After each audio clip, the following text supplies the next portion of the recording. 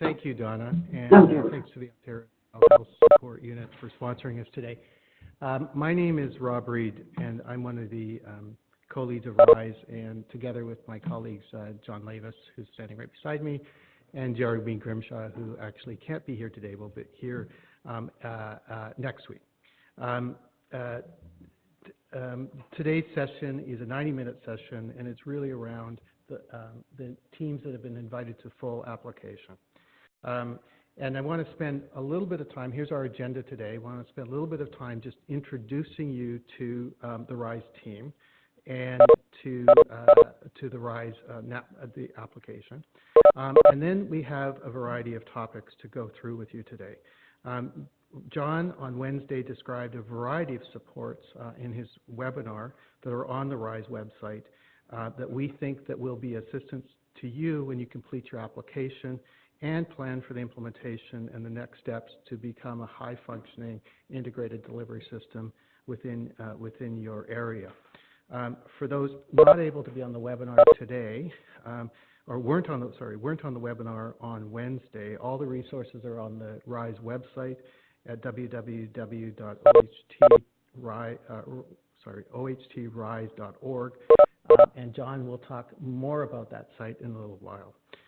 The resources are being built iteratively over time, and they're built out to match your needs.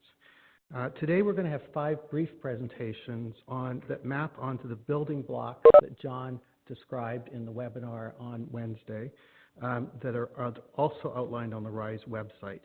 And we've chosen these topics today because of the understanding from the ministry as to where where many teams could most benefit.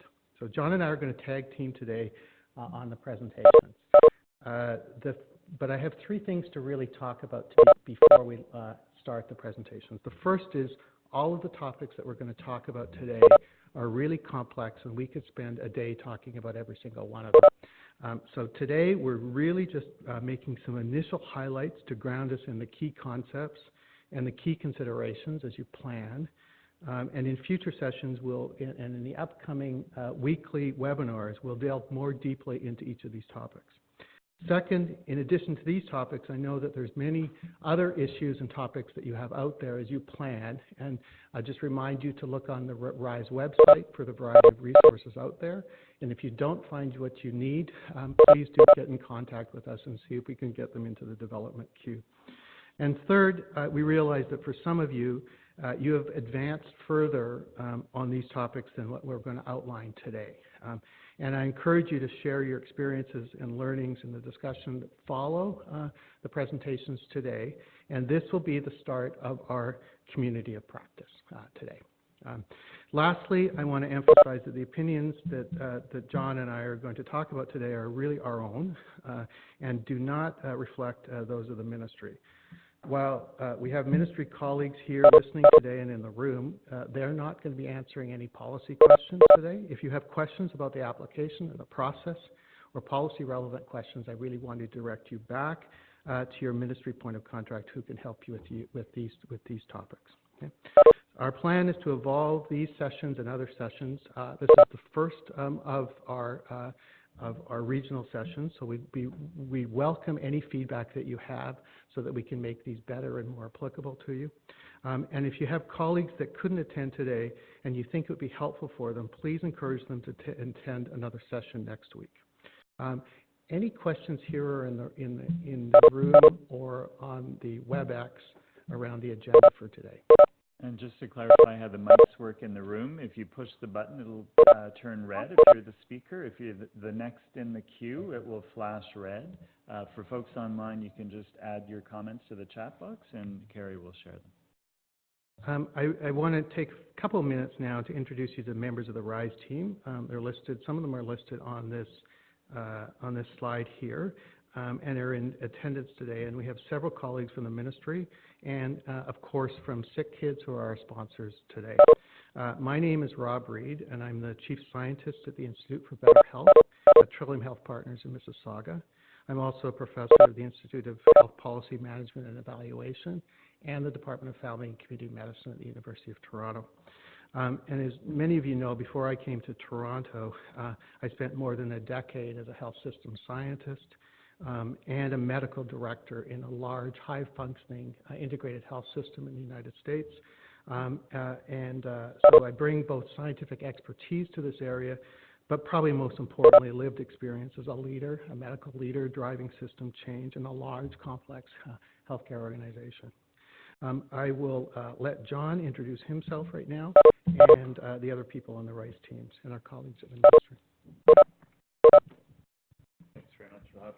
So I'm based at the McMaster Health Forum at McMaster. That's all I'll say. I have two colleagues here today, Carrie and Kaylin, and we have, as Rob indicated, a number of folks from the ministry, but it'll be Karen that speaks to a slide that's coming up from the ministry. So we're going to first, of the 5 topics, we're going to talk first about what we've called OHT's 101, orient you to the language that we use with RISE around the OHT building blocks, and then talk specifically about some areas of strength and opportunities for improvement emerging from the readiness assessment. So I probably, on some of the later talks later today where we're meeting with different groups, we'll talk more about Ontario Health Teams. This particular group, you know them well because you've successfully moved through the readiness assessment phase and are on to the next phase, which is the full application. Our view is this is the most exciting transformation that we've ever seen in the Ontario health system, and we think it's going to be absolutely critical that we all work together to make Ontario Health Teams a success. We think that folks will get farther faster if they learn from one another and if they share their experiences, both the things that work well and the things that they've struggled with.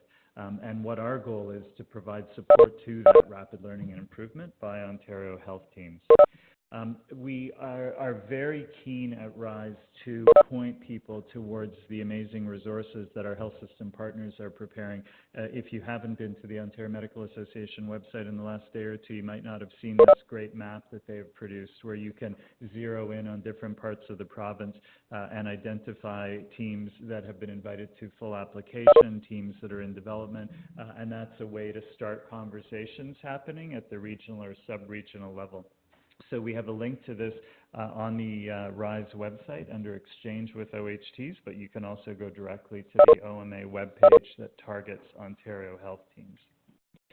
So the building blocks, those of you who were heavily involved in the readiness assessment will recognize some of the language.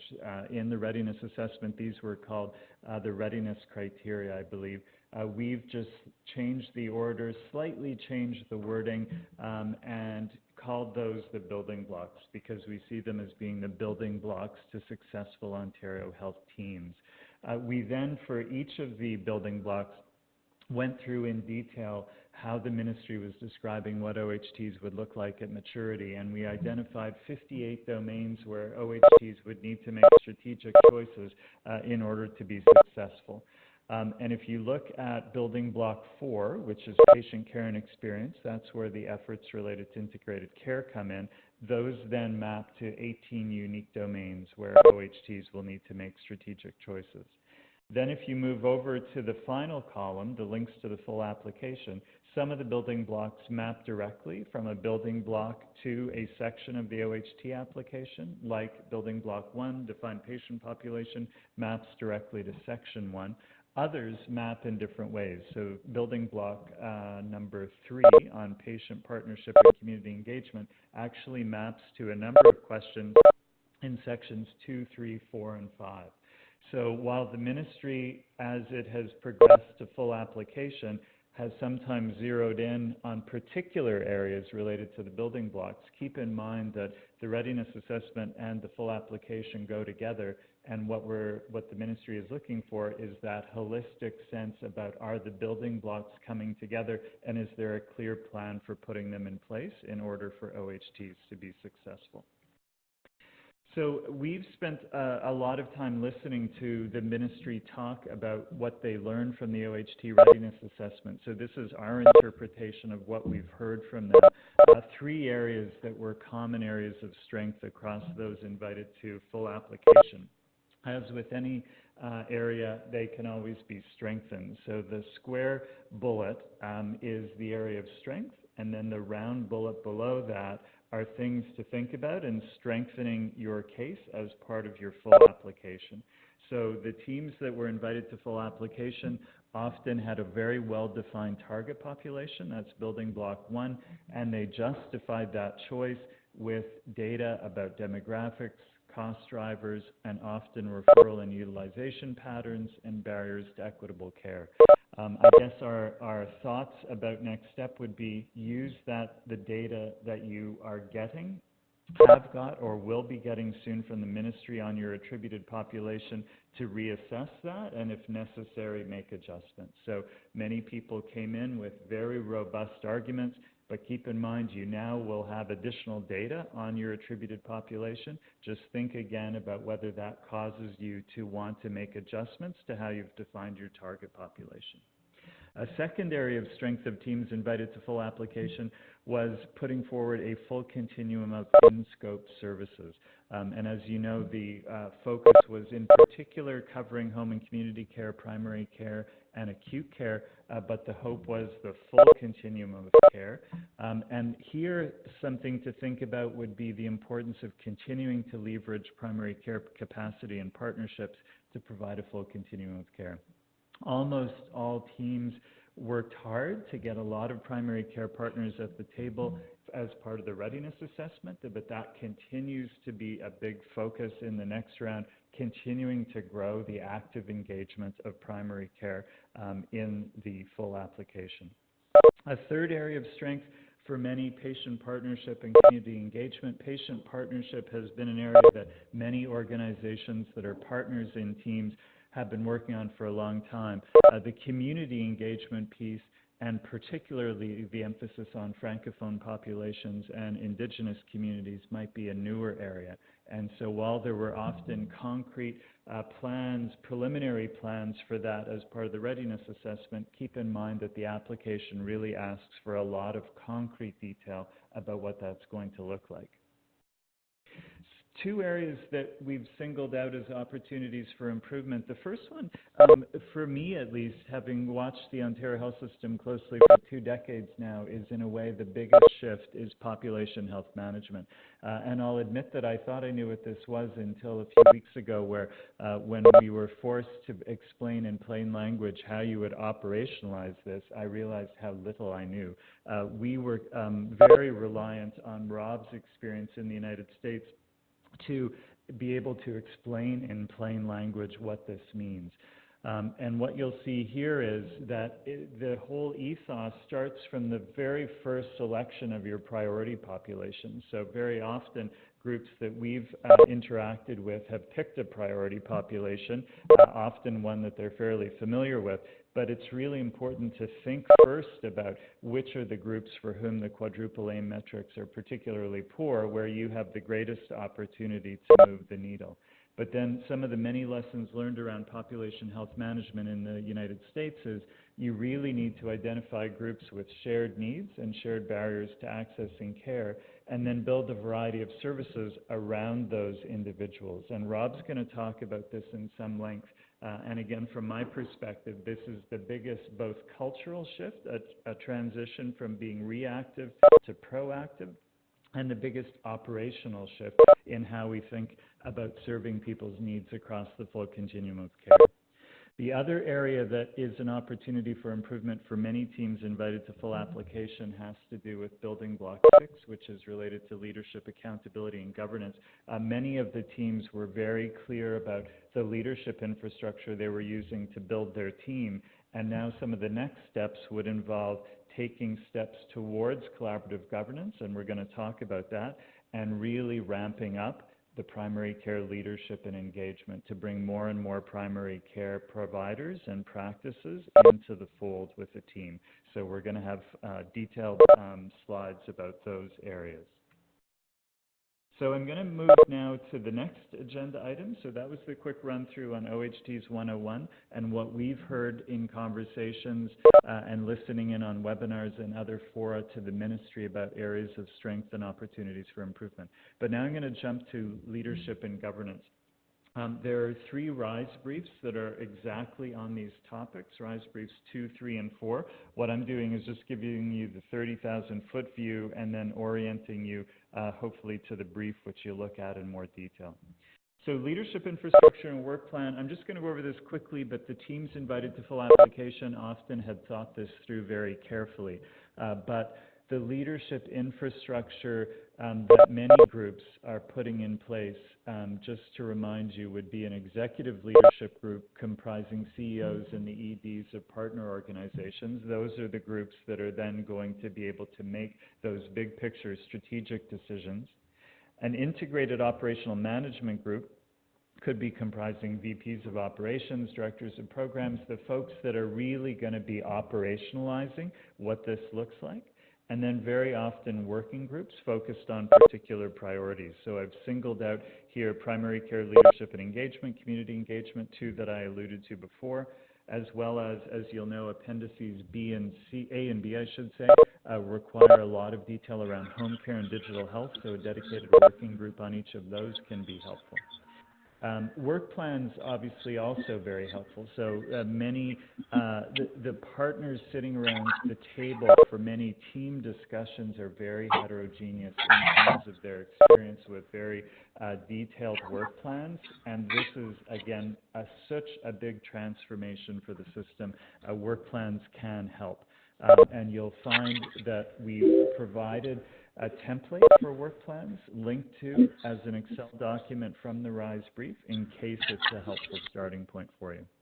And I should just say that if it's not loaded now, it will be loaded shortly. All these slides will be sitting under the event notification on the RISE website. So if you want to access the slides at any point, but before this session is posted online, they're available for you. If I move on to collaborative governance, so we're all very familiar with independent voluntary governance in Ontario. The government has chosen to retain that, and many people see that as one of the many strengths of this model. Community volunteers play a critical role in the governance of many of our healthcare institutions across the country. What collaborative governance is a way for leaders drawn from organizations in multiple sectors to make decisions collectively in ways that are deliberative, consensus-oriented, and directed to the achievement of a shared goal. So in the past, we've often thought about sitting around a board table asking, how do I fulfill my fiduciary duty to this organization? The future is about us saying from our organizations, how do I make sure that our organization contributes to an agenda, a goal shared by a much broader group of people? And those are all the partners that are part of the will be part of the Ontario Health Team. We've singled out in the RISE brief 3 possible steps towards collaborative governance in year 1, but I think the last one is the most important.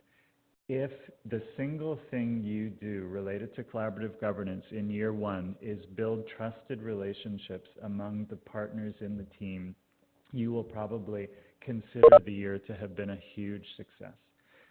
Teams are bringing together partners who are very unequal in resources, who have very different histories, and those organizations often have very different views and have a long history of successful and sometimes not successful interactions together. These teams are an opportunity to build or rebuild that trust among those partners. If they're going to achieve the shared goal of the quadruple aim, they have to work together and they have to be able to trust one another to do the right thing for the patients that they're caring for. So that's perhaps the most important one, but 2 of the others that we single out are a written agreement that addresses 5 points: decision-making, conflict resolution, performance management, information sharing, and resource allocation. Even if in the early days it's a page, but how are we going to approach those 5 things as we are putting in place the 8 building blocks? And then the other point would be make board-level decisions. So this is back at all the members or partners in the team, make board-level positions that position the partner organization to learn and improve rapidly in contributing to the team's efforts to do 2 things: design the building blocks and improve care experiences and health outcomes for the year 1 priority population. So we have to figure out ways to help each organization make sure that it is contributing as best as it can to getting the 8 building blocks in place and to moving the needle for the priority populations in those quadruple aim metrics that you've prioritized. So that's a quick overview of the RISE brief on collaborative governance. The final thing that I'll talk about briefly is primary care leadership and engagement. So this is also the focus of a RISE brief, and I anticipate there will be a number of resources coming online from different health system partners in this space, which is so critical to the success of Ontario health teams. So the RISE brief talks about three things. First, helping the full diversity of primary care providers understand Ontario health teams. Rob was just telling me about having gone out and spoken to a number of primary care docs who are just, this is very new. They don't really understand what it's about. And very often, once it's explained to them and how this could make their lives so much easier, imagine home care, all these resources being made available to support their patients so that the physicians, nurse practitioners can focus on what they do best. But it's very hard to explain this. This is a complex concept, and we have to figure out how do we communicate effectively providers and listen to what their concerns are and make adjustments accordingly. Ontario benefits from having a number of groups, associations that are incredibly strong in their outreach efforts to primary care providers. So I've listed a number of acronyms here: the Ontario College of Family Physicians, the Ontario Medical Association, the Nurse Practitioner Association of Ontario, Registered Nurses Association of Ontario, the Alliance for Healthier Communities, and part of a bigger coalition that it's part of, Community Health Ontario, the Association of Family Health Teams of Ontario, and the Indigenous Peoples Healthcare Council. I always forget the last C. Those groups are putting a lot of effort into communicating to their members. So if you're sitting in a particular community, part of a team, remember that you have those associations out there that are trying to help their community of members to understand OHTs, to understand what their role in them is, and to understand how they can play a role in shaping them. Second thing that teams can do is support primary care providers to become leaders in their team and to help shape it. So we've heard from many, many people that primary care leadership is going to be absolutely critical to the success of teams. There are initiatives out there to help primary care providers in their leadership role. The Ontario College of Family Physicians has a Leadership in Primary Care network. The OMA is making efforts to connect primary care providers who are in leadership roles in teams with one another so they can share expertise. And the Association of Family Health Teams of Ontario and the Ontario College of Family Physicians has created a primary care virtual community. I think that one's in partnership with the Change Foundation. These are incredibly great opportunities for primary care providers who are moving into or are in leadership positions to learn from one another. The final thing is work with these primary care leaders to encourage the active participation of as many primary care providers as possible in the team. So I mentioned before, one of the areas for improvement in the full application is your engagement of as many primary care providers in the team as possible. My key point on this slide is exactly the same key point as my point on collaborative governance: trusted relationships. It's going to be absolutely critical to focus on the team building trusted relationships with the primary care providers in their communities and supporting their informed decisions about signing up with the local team. So primary care providers have the choice about whether they do this or not. It's a voluntary choice, and it's going to be important to help them understand that decision, but more importantly, to help build the trust that allows them to realize that they can be part of shaping a future that's going to help them deliver much better care for their patients and ensure that a lot of other people are going to be there to be able to support that care. So that's it for me. I'm going to turn it over to Rob to the area that I've had to move up the steepest learning curve for, which is population health management. Thanks, John. That was just a terrific overview for some really, really important points, particularly around primary care engagement. So thanks, John, for that. I'm going to talk about population health management for about the next 5 minutes or so. And this is a very complex issue And so I'm really just mainly trying to make it as simple as possible and give you some of the key underpinning concepts that will underpin what's happening in Ontario. John is correct that this will be the biggest change that you'll see and patients will experience around how their care is managed at the population level as OHTs get to maturity.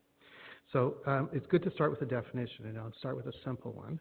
Population health management refers to the proactive management of health and health care for a defined population, Okay? And underpinning that definition, and this isn't on the slide, but just listen to me for a bit. Underpinning that definition is some core concepts. First is the concept of a population. It's about focusing not only about the people who use the system, but also the people that don't, okay? The full population. It's about knowing who they are and what they need. Okay? The second is about the concept about being planful and proactive, not initially reactive, okay? It's about proactively filling care gaps, proactively connecting and coordinating care over time, and making sure that, and reaching out to people who have fallen through the cracks at any time, okay? So it's proactive and planful. Okay? Third, it's about addressing health inequities, okay? And that relate to the socioeconomic determinants of health, and it's about removing barriers. Okay? Population health management, about removing barriers. And then finally, and probably the most important on here, it's fundamentally about being patient-centered, okay? And not disease-oriented. It really is around addressing the complement of problems or issues that people have as they enter and interact with the system. Okay? So those are the underlying core principles around population health management that I want to make sure that you anchor your thinking in. And so in simple words, it's about proactively getting the right care to the right person at the right time across a full population of patients. That's simple. It's about delighting them and surprising them in the care experience. Okay? And now, that's all very easy for me to say. It's incredibly hard to do. And it's hard to do consistently. So here's some initial steps that we think are reasonable ways to approach this transformation. First is to segment the population into subpopulations that have shared needs. We realize that changing this ship and focusing more on a population is a large endeavor, and we really need to focus and reinvent pathways for care for subpopulations, gain some momentum and some understanding around how to do that, and then spread to more populations more subpopulations over time. And the ministry has given the OHT landscape in Ontario a lot of leeway in choosing subpopulations. And I know many of you are focusing your choice of these subpopulations on a variety of factors, including what the opportunity is for improvement in the four aims, about whether you have the right partners at the table to deliver the complement of services that are required, and whether the redesign is actually feasibility here, and whether it will likely to be successful based on your leadership capabilities, coordination capabilities, prior work, and other considerations. Okay, so I'm not going to say anything more about selecting subpopulations, but after selecting these priority populations, the second step now is around care redesign, and it's reaching the entirety of the population. Okay? That's important to remember. It's not just care design for the people that walk in the door. It's about redesign of the care for everybody. Okay? So it's important to know the dimensions of what the problem is, what's worked and what's not in other settings. And it's very important then to use actually patient, family, community, and particularly provider co-design in creating that future state for those pathways.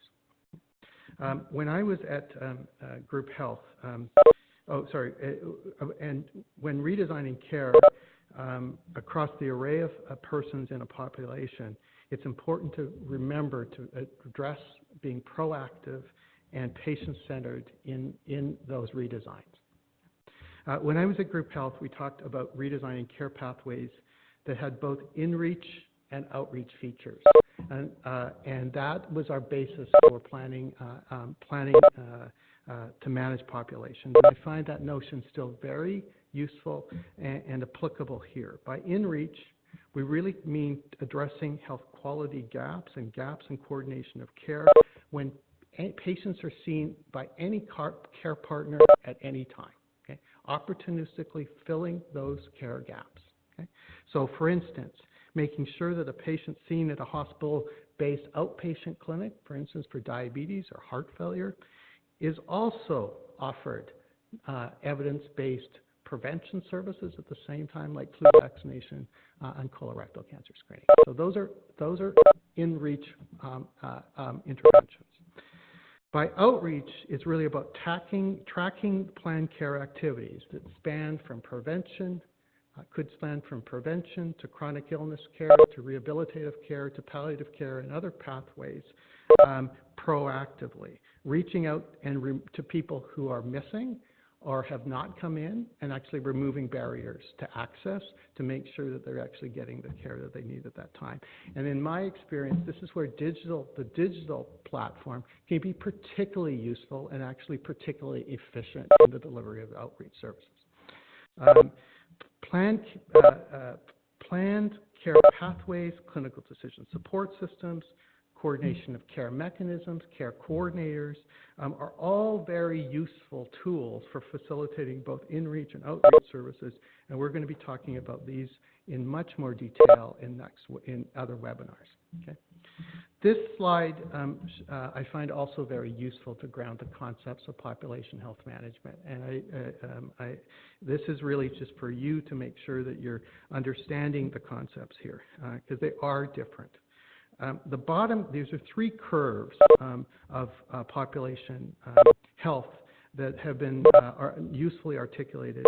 They're in the RISE brief.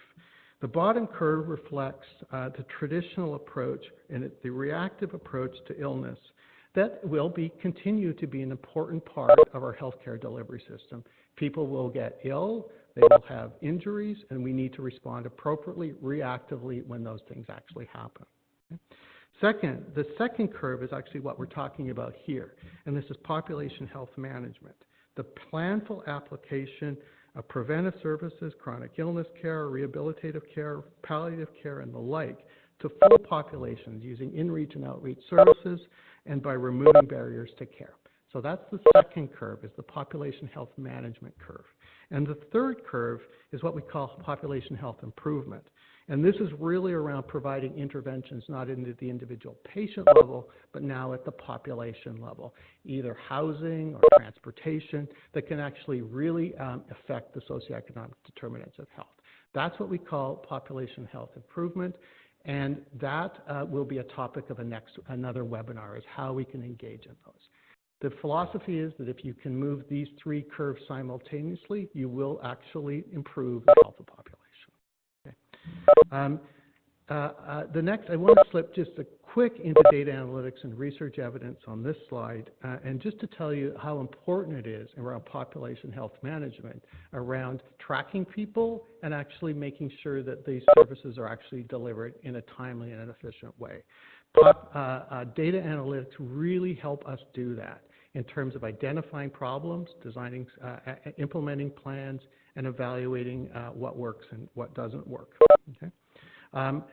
Remember also that we want to be evidence-based in these redesigns, and so there is a lot of experimentation out from the world in models of care that have already been tested elsewhere that we can actually bring in to the care redesign applications in Ontario.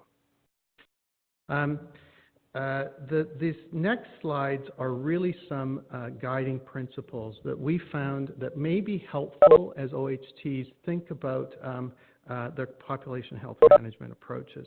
Remember, though, at the beginning, that the concepts about being population-based and person-centered based, which are underlying all these principles, and then we can walk through them. I will briefly talk about them right now, and then we'll move on. First is around really remembering it's about care experience and care outcomes. We really want to be oriented around people here, around improving their experience, particularly across as their care journeys across the system. And do ways that actively engage people and patients as partners in the co-design process and respect what their preferences and values are. Okay? Second is really drawing on all relevant resources from the participating OHT partners and those that just haven't historically been in the mix.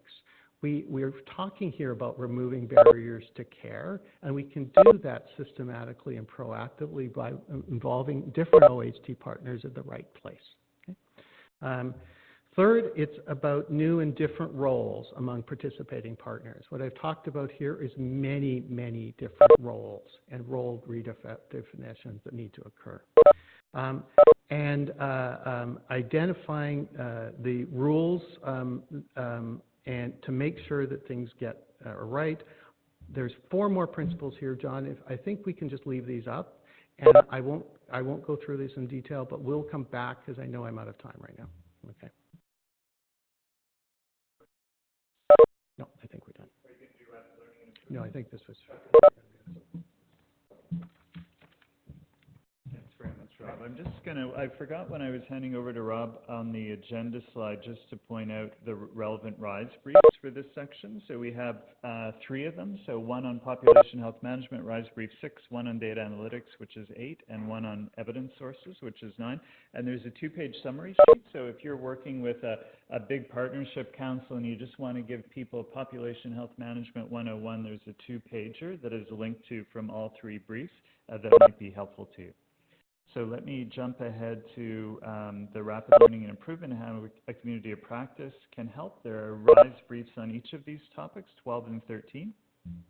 Rapid learning and improvement, I talked at the beginning about the need to learn and improve. None of us have the answers here. We're all learning from experiences in other jurisdictions, from one another. And over time, what we're going to be hearing more about is the amazing work that teams are doing, and we need to showcase that so other teams can learn from it and build on it and adapt it for their own context. And as I alluded to before, there's really 2 strands of work in year 1. You're trying to put the building blocks in place at the same time as you're trying to use those building blocks to move the needle for your priority populations. And that means you're going to have to learn and improve rapidly. We've got 6 steps laid out here about rapid learning and improvement.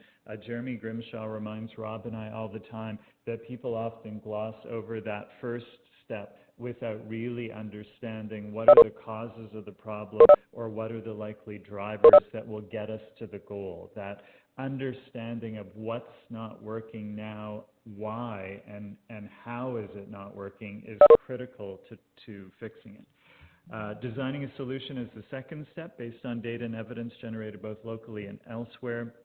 Implementing the plan, if you can do it in pilot and control settings, that'll give you more confidence that what you're doing is making a difference, but we realize that isn't always possible. Evaluating when you can to identify what doesn't work, adjusting as you go, learning from other teams, and then disseminating the results. Because if we can get traction with 3 teams on something, we should get it out to everybody and think about whether we can, in a very planned way, scale that up to all of the teams. A community of practice can be key here. In the United States, these are called learning collaboratives. We had a conversation about what we would call them. Learning collaboratives as a term comes out more of the quality improvement field, but what we're trying to achieve here seem more consistent with what communities of practice do. So groups that come together with a shared set of learning needs that are supported through an array of activity and resources to learn together. And so that's why we're calling it a community of practice. OHTs can learn from one another, but they can also learn from folks that have relevant research, experiential, and contextual knowledge. So that can be patient partners, that can be people who know particularly what it's like to work in the north, for example. To participate in the OHT community of practice, where we're going to be focusing in the coming months on helping teams meet their October 9th deadline for the full application. All you need to do is create a profile for the online platform by going to the Exchange with OHTs section of the RISE website and clicking on the link. Once you're in, you can post general comments or read general comments. That's the first tile that you'll see. or you can go into any of the 8 building block tiles. So you can say digital health. I want to know more about how to increase coverage of patient portals. Or I want to go into integrated care and learn more about how people are operationalizing population health management for people with mental health and substance use problems. You can also click on a tile and go into a French language discussion forum. And our colleague at the forum, François-Pierre Gauvin, will be moderating that French language discussion. If you have other ways in that you would like us to set up, we're very happy to do it. So if there was a group in a particular region of the province or a subgroup interested in a particular challenge, like a redesign of home care, just send us an email. We'll set it up. We can set it up in a way that's either visible to everybody or that is hidden and only visible to the folks that have been allocated to the group. So this is something there for folks to take advantage of. So I'll move on now to the OHT Central Program of Supports, the last part of the presentation, and I'm going to turn it over to Karen Liu, who's just going to speak briefly about the Ministry's Central Program of Supports. Hi, everyone, and thanks, John. I just wanted, before I dive into the slide here, to say thank you for having me today, and some of my other colleagues are here. We're really delighted to be at this stage here with all of you and at this first RISE regional session for full applicants. I'm just going to briefly talk about some of the core principles underpinning our Central Program of Supports. We're building this program to help teams through your readiness, and we want to be able to offer supports wherever you are on that readiness path. RISE is just one partner who will be helping to deliver our Central Program of Supports, but we really do have tremendous expertise here in John, Rob, Jeremy, who's not here, and the rest of the RISE team.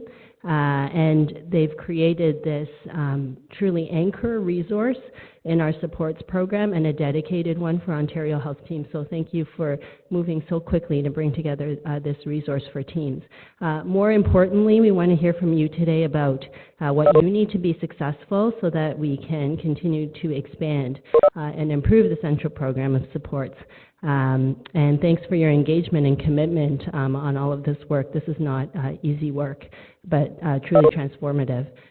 So moving to the slide on the Central Program of Supports, we've heard from many experts and stakeholders and providers on what it would take to implement the Ontario Health Team model. And through these discussions, we've identified a number of key principles that will be at the foundation of the program of supports that we're building. So to begin, the program is grounded in the Ontario Health Team model. The supports that we're bringing together here will focus on helping teams to acquire the knowledge and build the competencies aligned with the components of the Ontario Health Team model as it's set out in the Ontario Health Team's guidance document. We're also building the program to meet teams where they are in their readiness and maturity journey. So each team, for the people here today in full application, will all have different strengths and challenges. Through your ministry's point of contact, we'll have a way to understand how each team needs to be supported. And of course, through RISE, they will be able to provide advice and supports to you as well. The program will also be end-user centered and co-designed where possible, so we want to make sure the supports we're providing are useful and actionable to you, and we want to continue to expand our offerings, and we'll be seeking your perspective on how to improve. Which brings us to our next point. The program will be iteratively developed and continuously improved. I want to emphasize that we're just at the beginning of building this program of supports for Ontario Health Teams. We'll be working with you to understand how to improve and expand those offerings.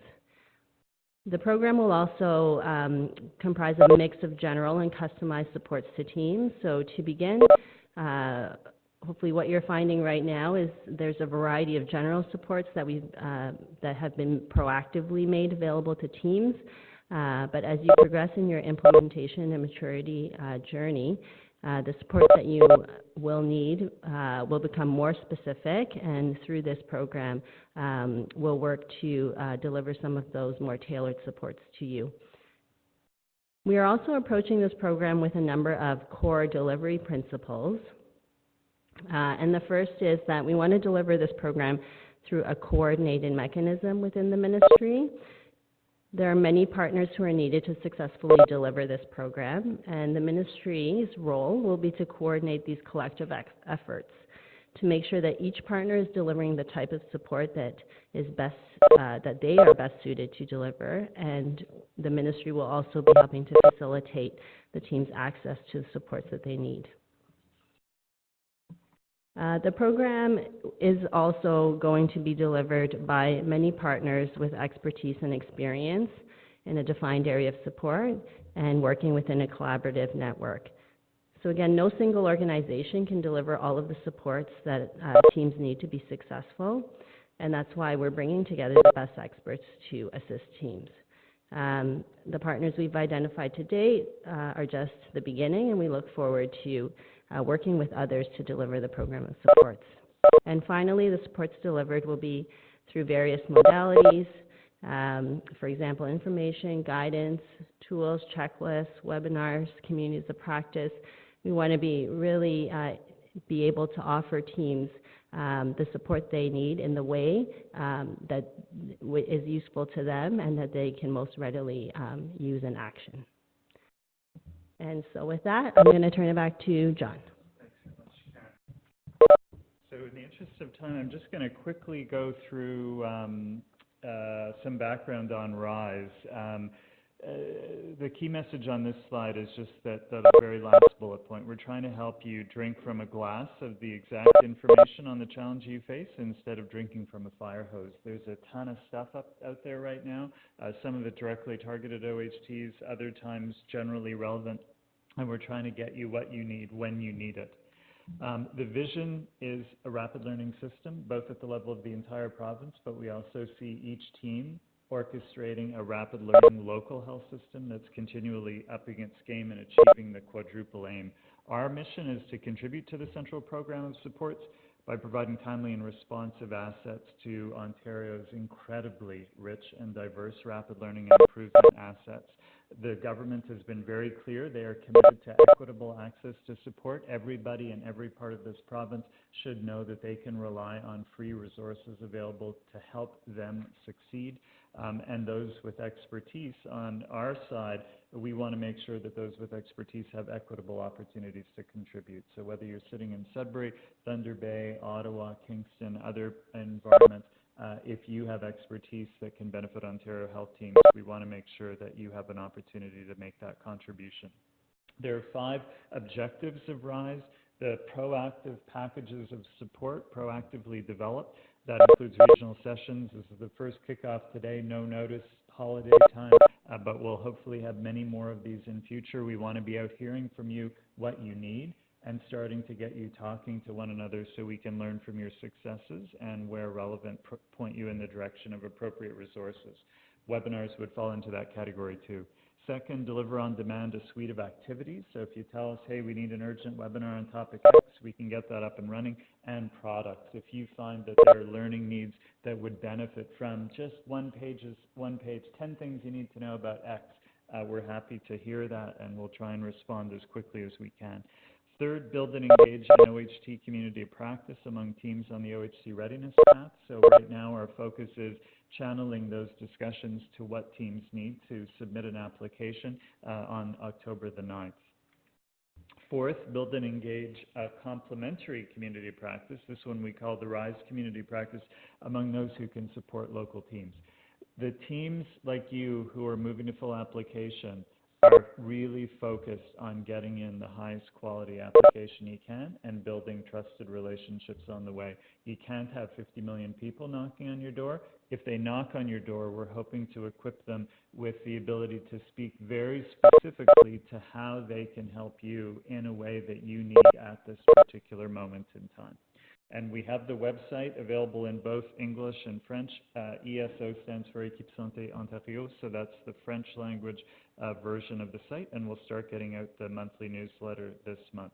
The website makes available both resources we prepare, but also other partners like the Health System Performance Research Network. Anything that's on the government website relevant to Ontario Health Teams is also profiled. And if there are areas where there are no OHT targeted resources, we provide curated searches of evidence that have been automated and you can just click on. There are already 13 RISE briefs available sitting on the site, so those are the ones that are bolded.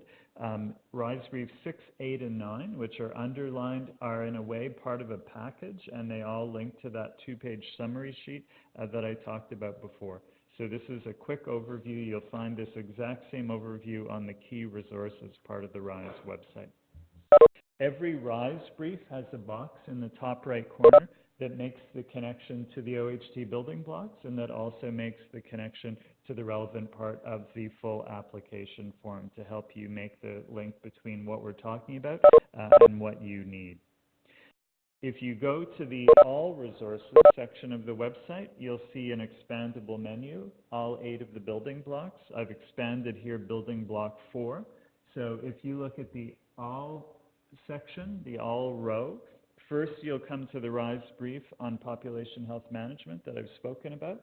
Then you'll come to the Health System Performance Research Network practice guides on implementing integrated care.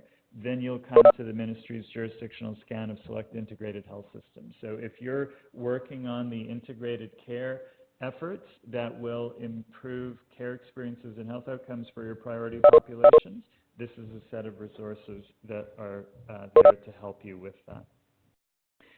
For teams invited to full application, like those that are on the line today and those who are in the room, this would be our sense of what you might want to prioritize. Read the RISE briefs that address specific areas of feedback that you received. Read the RISE briefs to think about your continued effort to design those building blocks. And then, in particular, with RISE briefs 6, 8, and 9, think about how you're going to use this population health management approach that Rob described to really move the needle for your priority populations in year 1. Second thing would be join and actively contribute to the OHT community of practice. So again, no one knows how to do this across all domains. We need to learn from each other.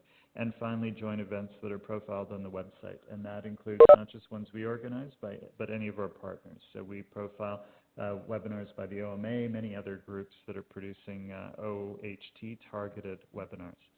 We'll also, once we get through the regional sessions, or most of them, we're going to start with weekly webinars on priority topics and dig in on areas that people have told us they want to know about in more detail.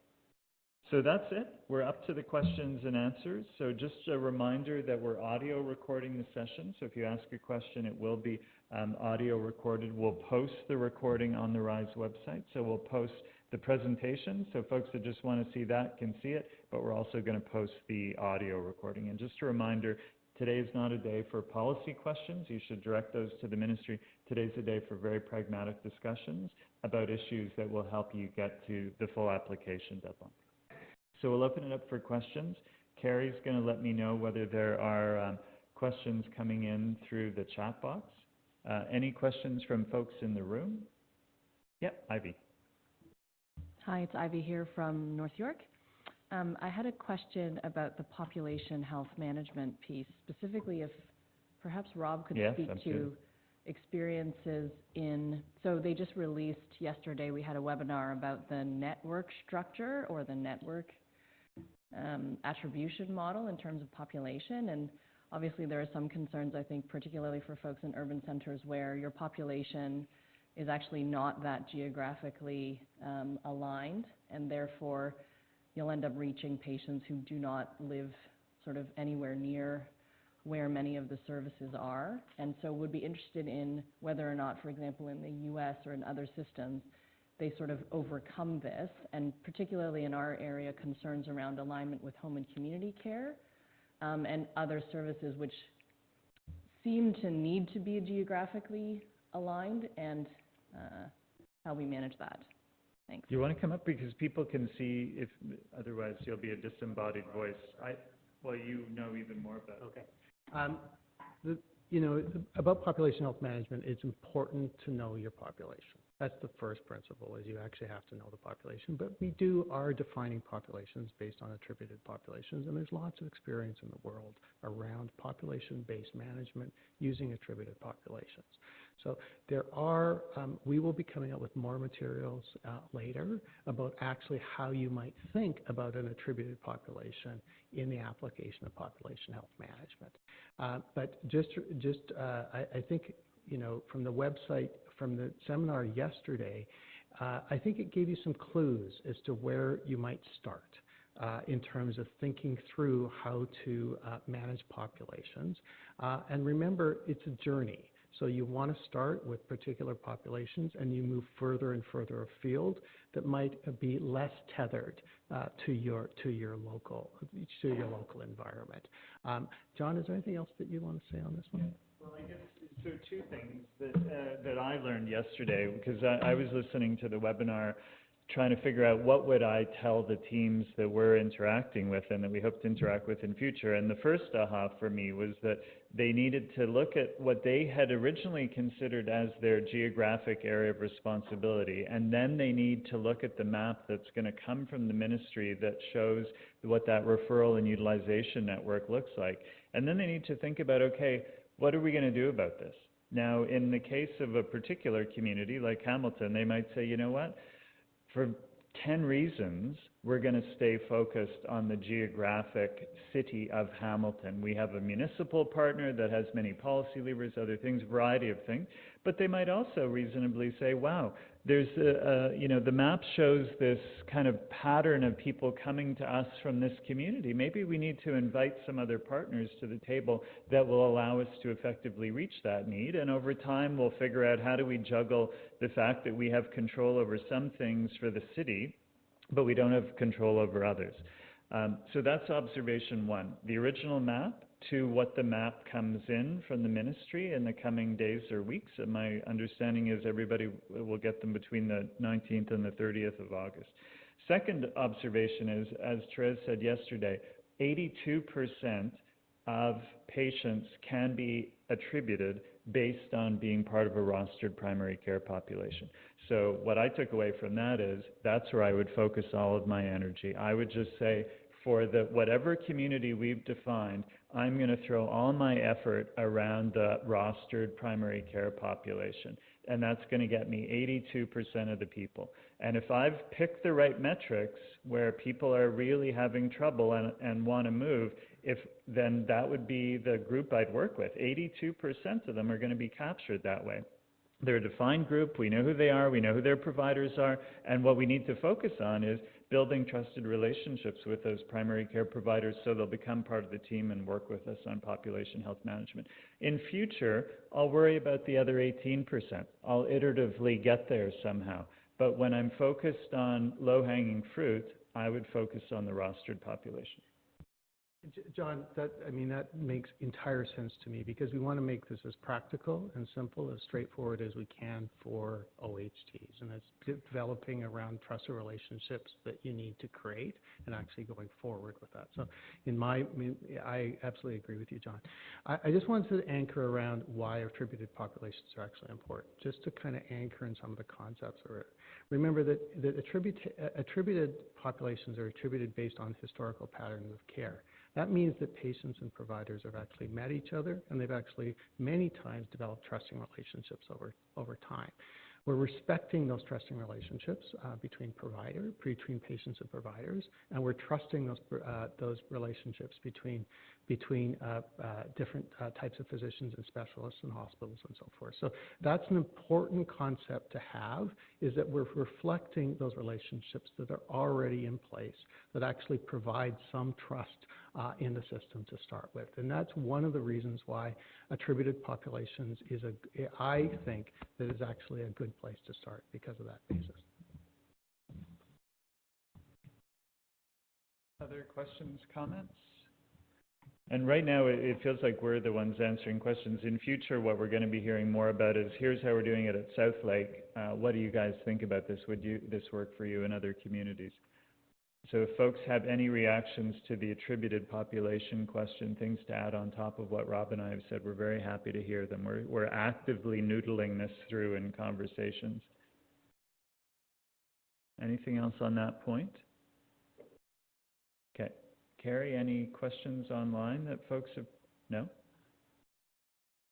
So folks, we still have a few more minutes, 10 more minutes at maximum, but it's a good chance to get conversations going about things that you're struggling with. Yeah, go ahead. I'm curious about the population segmentation. Yeah. I know that there are tons of international different approaches people have taken to segmenting their populations. Do you have any advice to us as we're thinking that through? Yeah, you're absolutely right. There's a lot of different ways to segment and cross and split and carve out populations that you may. A couple things that make sense to me in doing this and having done this over many years. One is to try to segment populations that have similar needs. Okay, so that's the first principle, to try to understand what the populations are that have similar needs, segment enough.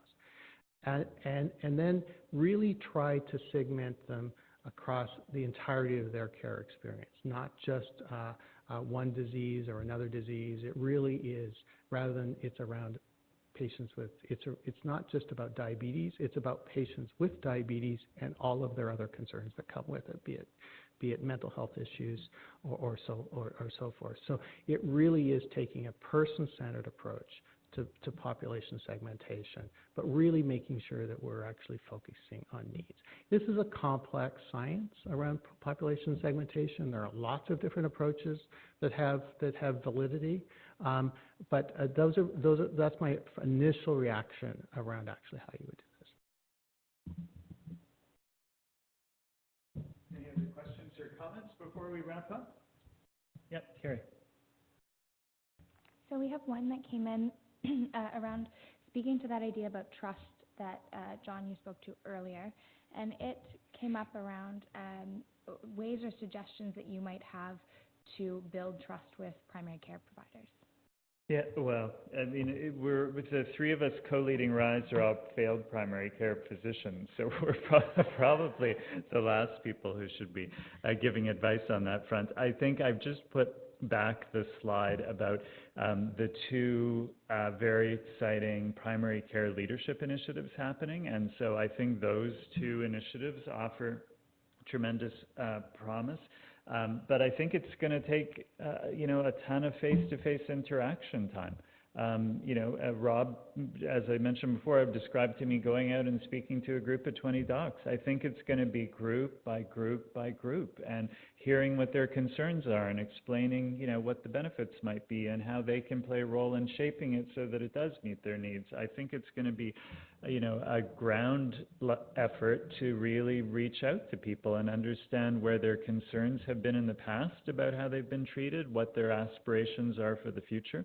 But I think we have a lot of associations in this province that are very, very well equipped to work in partnership with in order to reach those people. And I have this long list of acronyms here of organizations that are very committed to do this. So we've had a lot of interaction with them. When we were writing the RISE brief, we got their feedback. We'll continue to listen to them for advice about how to do this. So beyond what I've said already about its importance and the fact that it's going to be a long, very person-to-person, small group set of interactions, and that there are great resources out there. I don't know that there's anything else I can add, but we do have a lot of people in this province that are actively thinking about how to support those conversations to happen and how to help build the trust over time. Yeah, John is entirely right.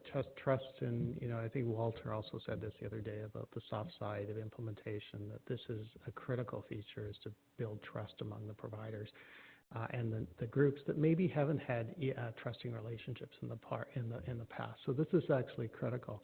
And part of it, John, the only thing I would add to it is when we think about the quadruple aim, don't forget about the fourth one, about provider experience. We want to simplify their life, make it easier, understand their problems, and listen. That's how we're actually going to be resolving trust. And we've got to actually demonstrate that we can actually improve that work experience. Provider burnout is a real problem in our province.